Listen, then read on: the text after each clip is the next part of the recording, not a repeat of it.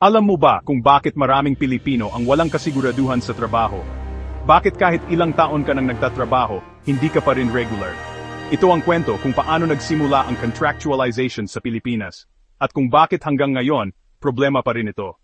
Noong dekada 70 hanggang dekada 80, nagsimula ang contractualization bilang paraan ng mga kumpanya para makatipid at maging flexible sa kanilang workforce.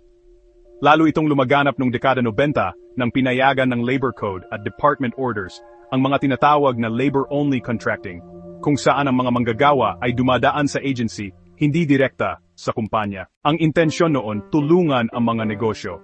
Pero ang nangyari, naging diskarte ito para umiwas sa regularization.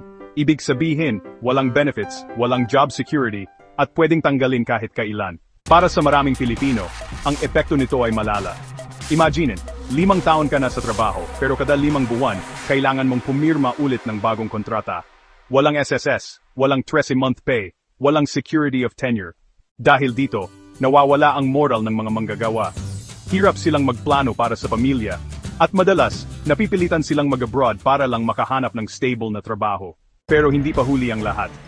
Pwede pa itong solusyonan ng gobyerno sa pamamagitan ng una, mas mahigpit na pagpapatupad ng batas laban sa labor-only contracting.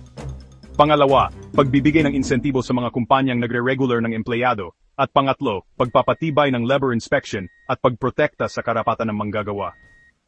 Ang tunay na kaunlaran ay hindi lang tungkol sa paglago ng ekonomiya, kundi sa dignidad ng manggagawang Pilipino. Kaya kung naniniwala kang deserve ng bawat Pilipino, ang trabahong may seguridad at respeto, i-share mo ang video na to, i-comment ang saloobin mo, at i-follow Ambing para sa mas maraming makabuluhang kwento ng lipunan. Ambing, para sa mas malalim na pag-unawa sa ating lipunan.